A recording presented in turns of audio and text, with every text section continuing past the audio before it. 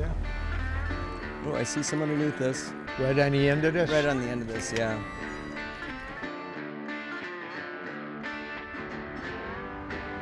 Oh, there we go. Right where he's supposed to be, Al. Not huge, but a good way to start the trip. And on a classic spot. Nice coontail bed in the middle of the lake with some rocks on it. And what you know, there's a big bass. That's what we're doing today, is we're looking at some techniques for catching big old largemouth bass out of heavy cover. Oh, Al just had another one. I gotta make sure that I'm spot locked, because right now it is a time of plenty. When you land on schools of fish like this, it can be just lights out. Another, oh, big boy. Oh, and it's, oh, it was almost double. Yeah, I lost mine.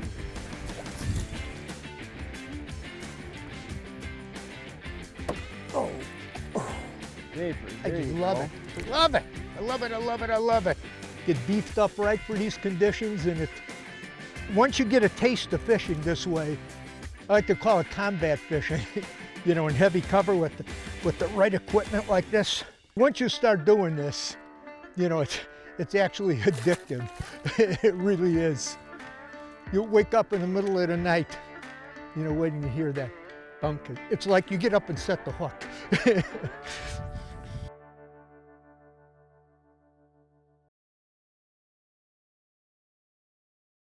Oh, there's another one. Oh, it's amazing how sometimes you just got to get the angle. And once you get that angle right, it's just bang, bang, bang, bang, bang. They're a nice fish. Real nice fish.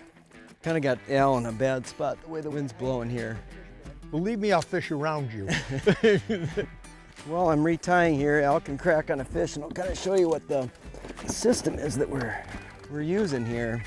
So it's really as simple as hook, line, and sinker for this stuff. Now, one of the keys if you're fishing matted cover like we are today is to have some type of sinker stop on here. And this heavier stuff, 3/4 is kind of my go-to size, a 3/4 ounce tungsten jig. Tungsten is expensive, but absolutely worth it. It really gives you a good idea of what's down there. Oh, and Al's hooked up.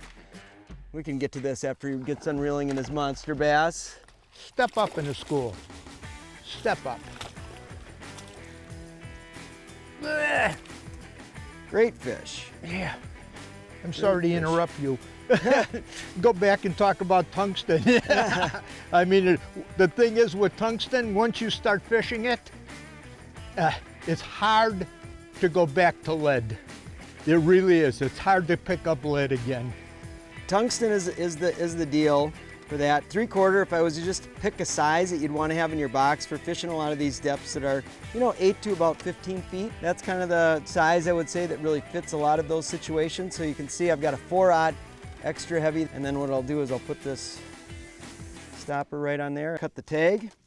We're in business. And then the plastics is a big deal. I'm fishing right now with what I consider one of the greatest all-time summer baits, and that's a Craw tube. It's a big profile. It goes through cover really well. It's hollow. That's why I like this extra wide gap with those hollow baits. Al's fishing with the best flipping bait ever, a big bite bait.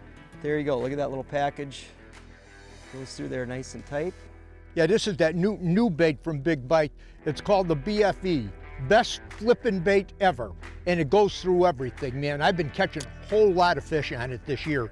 In fact, I called down there a couple days ago, it's middle of summer here. I said, guys, I need to replenish my supply. The bite's been that good. So I got a whole goodie bag coming back up again. But it is a heck of a bait for these kind of conditions. You add that with the Craw tube, I don't think you need anything else in this type of cover.